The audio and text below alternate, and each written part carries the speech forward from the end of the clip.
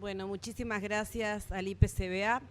El tema mío, si bien no tiene que ver directamente con la cuestión productiva, sí tiene que ver con la cuestión numérica.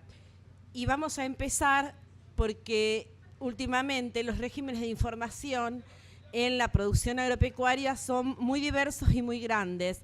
Yo siempre digo, y cuando voy a dar las charlas y le pregunto a la gente, ¿quién es el que conoce más la situación económica suya? Y muchos me pueden decir mi familia. Y yo le diría hoy su familia, el 50%, y el otro 50% lo conoce el AFIP. ¿Y por qué lo conoce el AFIP? Porque hace un tiempo el AFIP presumía muchas cosas, pero ahora con la cantidad de registros que creó, ya no presume, se los estamos informando nosotros. Esta es la cantidad de registros e información que nosotros brindamos a el AFIP o a los organismos del Estado nacional y provincial. Se ha creado el registro fiscal de operadores de la cadena de bovinos y bubalinos, que es quizás el que más le interese a ustedes, pero también se creó un registro de productores porcinos. Está el RENSPA, ganadero y agrícola. Muchos compradores de grano para consumo propio tienen que estar, o los fitloteros inscriptos en el Minagro, situación que esto también le trae aparejado una carga burocrática importante.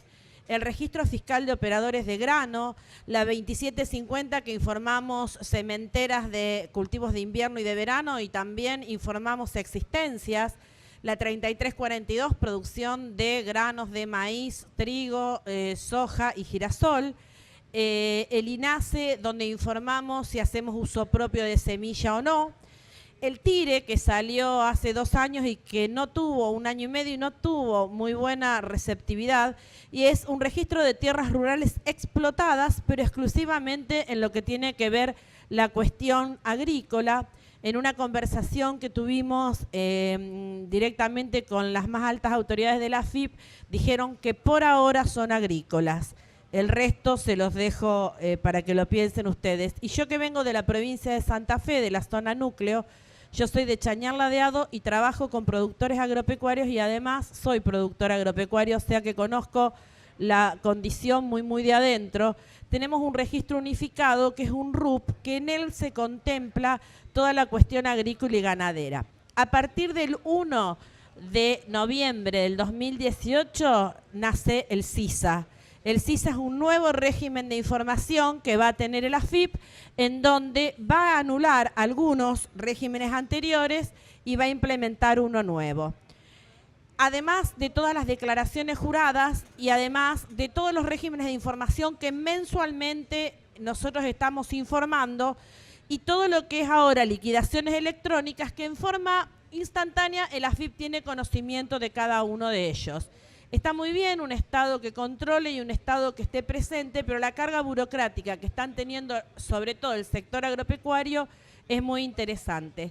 Un contribuyente común formula 52 declaraciones juradas informativas y determinativas anuales. En la actualidad, un contribuyente que es productor agropecuario hace 70 declaraciones juradas anuales. Fíjense si realmente no es una carga impositiva interesante, una carga burocrática tributaria interesante. Y también a partir del CISA, que dicen que tendían a simplificar todos los regímenes de información, vamos a hacer los productores agropecuarios 62 declaraciones juradas informativas y determinativas, que no es un tema menor. El AFIP ha creado hace 1 año y fracción un registro de bovinos y bubalinos en donde realmente la inclusión fue muy generalista, porque ha incluido productores, todos los que intervienen dentro de la cadena de faena y muchos de los que intervienen en la cadena de comercialización. Se los dejo en la filmina para ir ahorrando tiempo y no detenerme en cada uno de ellos. Pero ¿cuál es la importancia de este registro? Inscribirse no, permanecer en él. Porque para permanecer en él, los contribuyentes o todos nosotros tenemos que tener buena conducta fiscal. O sea, que para tener buena conducta fiscal va a hacerse un seguimiento muy detallado de cada uno de los productores agropecuarios para ver si permanecen. ¿Y cuál es la sanción por no permanecer o por no estar? La sanción siempre se traduce en retenciones. O sea, en la etapa de venta me van a retener un porcentaje, que en este caso es el último valor del 5% del monto neto por animal, por estar no incluido dentro de ese registro. Siempre la sanción de estar fuera de cualquiera de los registros que se crean es a través de los regímenes de retención. Bueno, posteriormente incorporaron también a través de ese registro que cambió la forma de liquidación y ahora es todo electrónico y sobre todo cambió quiénes deben emitir cada una de las liquidaciones electrónicas, sobre todo teniendo en cuenta si el animal es con destino a faena o si el animal puede ser ventas entre productores, o también qué pasa con aquellos productores que son monotributistas o que tienen alguna condición especial de exención. A partir del 1 de noviembre del 2018 se crea otro mecanismo más de control, que va a ser la emisión del registro del remito electrónico cárnico, si bien no afecta directamente a los productores, pero sí a algunos operadores dentro de la cadena de comercialización. Sobre todo porque quienes reciben esa mercadería lo van a tener que aceptar y prestar su conformidad, y también va a ser en forma electrónica. Bueno, vamos a un tema muy específico y que realmente me interesa mucho, porque dejando de lado la cuestión tributaria específica o tan técnica, ¿qué significa planificar dentro de la empresa de campo? Y realmente este tema es muy interesante porque hay factores que van a incidir directamente dentro de las pymes agropecuarias, porque en general todos los que estamos acá somos productores agropecuarios, pero somos pymes agropecuarias. Y este es un detalle que hay que tener muy en cuenta. Factores como el económico-financiero, que son factores externos a nuestra empresa, factores biológicos, ambientales y geográficos. Yo siempre digo que ser productor agropecuario, además de ser productor, porque es una elección que nosotros hicimos a través de esta elección una elección de vida. Somos productores por convicción, por tradición y porque somos culturalmente productores. Y muchas veces el hecho de la emocionalidad o el hecho de la cultura que puede venir de nosotros o impuestas por cuestiones familiares hacen que dejemos la actividad muy librada al azar y que pensemos, y total me va a ir bien porque a mis padres les fue bien. Hoy en día es un concepto que vamos a tener que trabajar y vamos a tener que cambiar, sobre todo por las características propias que tienen estas pymes agropecuarias. Y en este gráfico, y lo más importante de este gráfico, es de dónde nacen esas pymes o de dónde nacemos cada uno de nosotros. Muchas veces los fundadores de las pymes estaban arriba del tractor, a su vez estaban concretando una operación de venta de animales, pero también estaban concretando una operación de compras, estaban mirando los precios de los mercados y a su vez estaban laborando la tierra. O sea, hacían todo al mismo momento, porque un poco esa es la función de la pyme agropecuaria, haber nacido desde la operación. Realmente estas son las cuestiones que hay que empezar a cambiar a través de un sistema de planificación, y sobre todo porque los controles que hay dentro de las pymes muchas veces son muy incipientes. Bueno, esto, ahí está. ¿Qué es lo importante de la planificación como base de un sistema administrativo? ¿Para qué planificar? Y sobre todo porque hay que planificar dentro de una estructura que es nuestra propia organización, para que la dirección pueda tomar las decisiones que son correctas, y sobre todo porque después tenemos la posibilidad de controlar. Y en ese control nos permite corregir los desvíos, pero no cuando pasaron 2 años, cuando es tarde. Nos permite prácticamente corregir los desvíos al momento, de manera tal que esos desvíos no hagan que se pierda continuamente rentabilidad en la empresa agropecuaria. Y lo más importante es cómo nos sentamos a pensar y repensar nuestra empresa agropecuaria y para qué tenemos que repensarla. Y cuando no podemos solos, nos tienen que ayudar, nos tienen que sentar y decir, vamos a pensar nuestra empresa agropecuaria. Tenemos que generar un hábito de planificar. La planificación es una herramienta fundamental, así como lo es la planificación productiva, en lo cual estoy segura que todos son extraordinarios. Hay que empezar a hacer planificaciones económicas, planificaciones financieras y la planificación fiscal. Ustedes ya el mes que viene tienen que estar sabiendo cuánto van a pagar de impuesto a las ganancias el año que viene. De eso se trata, de ir planificando o cómo hacer para morigerar el efecto tributario en cada una de las explotaciones que tenemos. Yo le voy a traer algunos ejemplos de cómo estamos trabajando y cómo estamos desarrollando con productores agropecuarios todo lo que es el tema de la planificación fiscal, que nos sentamos y repensamos la empresa. Elaboramos un conjunto de planillas que cada cual la elabora a su gusto sin la influencia nuestra para que realmente la puedan entender, la puedan aplicar y la puedan usar. Una de las planillas que desarrollamos es una planilla integradora de maquinarias, herramientas, una planilla integradora de todos los resultados de la explotación, pero dividiendo por centro de costos cada una de las actividades, a ver qué actividad financia la otra y cómo la financia. Una planilla de agricultura y forrajeras. Esto lo estamos llevando a cabo con productores mixtos, en donde realmente hay un diferimiento de rentabilidad de una actividad a la otra. Planillas de ganadería. Planillas también, esta empresa hace prestación de servicios agropecuarios fuera de la empresa y realmente cuál es la rentabilidad del mismo. Y planilla de costos de estructuras, cómo se dividen en las distintas actividades empresariales que tiene. Acá es fundamental y me van a decir, ¿para qué voy a llevar una planilla de maquinaria si yo ya sé cuándo la compré, a mí todavía me sirve? Bueno, es fundamental que se conozca la antigüedad que se tiene dentro de las planillas de maquinarias y sobre todo es fundamental porque esto nos va a permitir tomar decisiones de cuándo es necesario cambiar ese equipo o esa maquinaria. Respecto de, y ahora les voy a explicar los motivos, porque hay una ley que es un incentivo fiscal, la ley de fomento PYME, entonces es necesario tener estas herramientas para poder conocerlas. La planilla de ganadería de cría, que también es fundamental, esta planilla de ganadería de cría, para ver cómo se produjeron los nacimientos y los movimientos del rodeo y sobre todo ver cómo puede impactar el recambio de vientres, sobre todo por los sistemas de evaluación en el impuesto a las ganancias, cómo pueden impactar y también incorporando la ley de fomento a PYME. Planillas de invernada para saber cada productor en qué momento tiene que comprar y tiene que vender, no solamente como una cuestión, vamos a llamarla económica o de ciclo, sino también el impacto fiscal que puede tener desarrollar compras y ventas en un determinado periodo. También cómo se produce el diferimiento de forrajería y cómo se produce también la planilla de agricultura para hacer una determinación de costos y cómo incorporar estos costos al desarrollo de prácticas ganaderas en establecimientos mixtos.